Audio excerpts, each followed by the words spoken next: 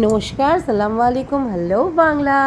ওই ফেসবুকে সেই নাচাকোদা বৌদিগুলো আছে না, তাদের কাছে দুদিনের জন্যে আমার বরকে জমা রেখে 1 কেজি ইলিশ মাছ কিনে এনেছিলাম। ইলিশ মাছের যা দাম, ব্যাংকের টাকায় বা পকেটের টাকায় তো কিনতে পারতাম না। তো এই বরকে দুদিনের জন্য জমা রেখে টাকা নিয়ে এই ইলিশ মাছটা কিনলাম। জোকস আ পার্ট, আমার বর আমার জন্যে পেয়ারসে বেশ বড় সাইজের একটা ইলিশ মাছ এনেছিল। ও যখনই মানে ভালোবেসে কী দেবো এরকম একটা জানতে চায়, আমি তখনই এরকম ওকে বোঝাই যে বেশ বড় একটা ইলিশ মাছ আনতে পারো না। তো ওটা, এটা আমার বরের, এটা মেয়ের, এটা আমার, আর ওই ফাউটাও আমার। সেই ইলিশ মাছটা আমরা মাত্র 3টে মানুষ খাবো, একদিনের তো আর নিশ্চয়ই 1 কেজি 200 ইলিশ মাছ করে ফেলতে পারতাম না। তাই প্রথমে কয়েকটা পিস, বেশ বড় বড় থেকে কয়েকটা পিস ভেজে নিয়েছিলাম, কারণ ভাজাটাই হলো মানে আলটিমেট আমার বরের খুব ফেভারিট, আমারও ফেভারিট। তো এই 4 পিস আর কি, সবচেয়ে জাম্বো জাম্বো 4 পিস, জানি না ভিডিওতে বোঝা যাচ্ছে কিনা, কিন্তু লিটারালি খুব বড় বড় ছিল, খুব খুব খুব টেস্টি ছিল, মানে এতটাই টেস্টি বোঝাতে পারবো না। তো এই কয়েকটা ইলিশ মাছ ভেজে নিয়েছিলাম। এই ইলিশ মাছ ভাজা দিয়ে ভাতটা খেয়ে আগে আঁচটাটাকে তৃপ্তি দেবো। আর তোমাদেরকে দেখানোর উদ্দেশ্য এটা নয় যে আমি ইলিশ মাছ এনেছিলাম, just to share with you এই মজাটা, আর কিছু না, এই আনন্দটা শেয়ার করা। আর ইলিশ মাছ তো সবারই ফেভারিট, ন্যাচারালি দেখতেও ভালো লাগবে, খেতেও ভালো লাগবে। মানে মধ্যবিত্ত বাড়িতে যেদিন ইলিশ মাছ আসে সেদিন হাফ কৌটো চাল কিন্তু বেশি নেওয়া হয়, অ্যাটলিস্ট আমার বাড়িতে তো নেওয়াই হয়। তো আয়েস করে এক থালা ভাত দিয়ে আমরা 3জন ইলিশ মাছ ভাজা, আর হ্যাঁ বেগুন ভাজা, কারণ কেন জানি না ইলিশ মাছের সাথে বেগুনটা আমার কী ভালো লাগে। তো ইলিশ মাছ ভাজা আর বেগুন ভাজা খেয়ে একটুখানি পেটটা মোটা করব, এরপরে আবার কয়েকটা ইলিশ মাছের পিস দিয়ে নেক্সট আর একটা কিছু বানাবো। চলো আগে এই ভাতটা খেয়ে পেটটা ভরানো যাক। এবার নেক্সট রেসিপিটা বানিয়েছিলাম ইলিশ মাছের ভাপা বা দই ইলিশ, যেটাই বলবে। সাদা সর্ষে, বেশি করে পোস্ত, একটুখানি কালো সর্ষে, নুন আর অনেকটা কাঁচা লঙ্কা দিয়ে একটা মিহি পেস্ট বানিয়েছিলাম। ওই ছাঁকাছাকিতে আমি যেতে পারবো না, আমার মাকেও দেখিনি ছাঁকতে, আমিও সব ছাঁকাছাকিতে যেতে পারবো না। এবার ইলিশ মাছের পিসগুলোকে নুন হলুদ মাখিয়ে আর ওই পেস্টটা দিয়ে আর অনেকখানি দই দিয়ে, কারণ অনেকটা দই দিলে তবেই মাছটা কিন্তু একটা র্যালিশ করে খাওয়ার মতন একটা দারুণ টেস্ট হবে।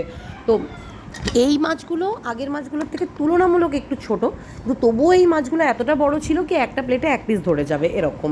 তো এটা বাজারের কেনা দই ছিল, ইউজুয়ালি আমার হাতের তৈরি দই দিই সব রান্নায়। এই ইউজুয়ালি বানাই ইলিশ মাছের ভাপা বা দই ইলিশ, আমি বানিয়েছিলাম বেগুন দিয়ে দই দিয়ে ইলিশ মাছের ভাপা, আর এটা সত্যিই খুব টেস্টি হয়। মানে বেগুনগুলো পুরো মাখমের টুকরোর মতন খেতে লাগে। আমার বেগুনটা না ভেজে দেওয়া হয়নি, আমি কাঁচা বেগুনগুলোই এর মধ্যে দিয়ে দিয়েছিলাম। পরে রিয়েলাইজ করলাম একটুখানি ভেজে দিলেও বোধহয় ভালো হতো।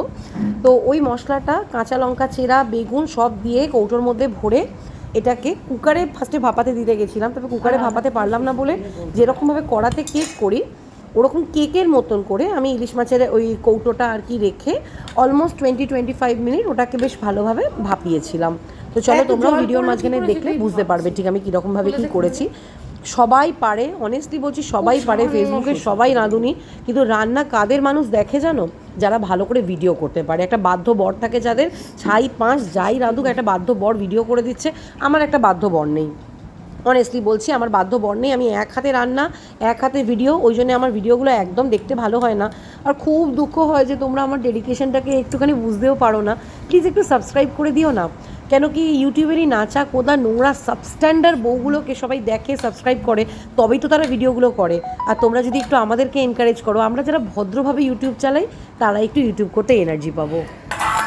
হ্যাঁ, বলা হয়নি, আগের দিনের ইলিশ মাছ ভাজার আধবাটি তেল ছিল, যেটা আমি এটার উপরে কিন্তু দিয়ে দিয়েছিলাম। কাঁচা সর্ষের তেল সামান্য, কিন্তু ইলিশ মাছ ভাজার তেল বেশ অনেকটা দিয়ে দিয়েছিলাম। যাই হোক, এরকম কেকের মতন করে ওটাকে ভাপিয়েছিলাম।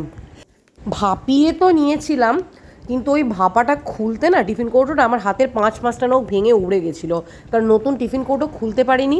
লাস্টে আমার কর্তা এসে টিফিন কৌটোটা খুলে দিতে, this is the Glamour. Wow, মানে এতই গ্ল্যামার যা আমাদের মুখে এত গ্ল্যামার নেই ভাই, ইলিশ মাছের যা গ্ল্যামার, আর দেখলেই মুখে হাসি ফুটে যায়।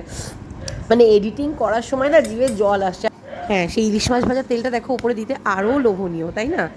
হাজব্যান্ডকে ফার্স্টে তুলে দিলাম, দেখো পিসটা মাঝারি সাইজের, কিন্তু অলমোস্ট একটা বাটিতে পুরো ধরে গেছে, তাহলে কতটা বড় পিস নিশ্চয়ই বুঝতেই পারছো। আর খেতে যে কী ভালো হয়েছিল, তোমরা একটা লাইক কমেন্ট আর প্লিজ সাবস্ক্রাইব করে দিও। Bye bye, thanks for watching, tata.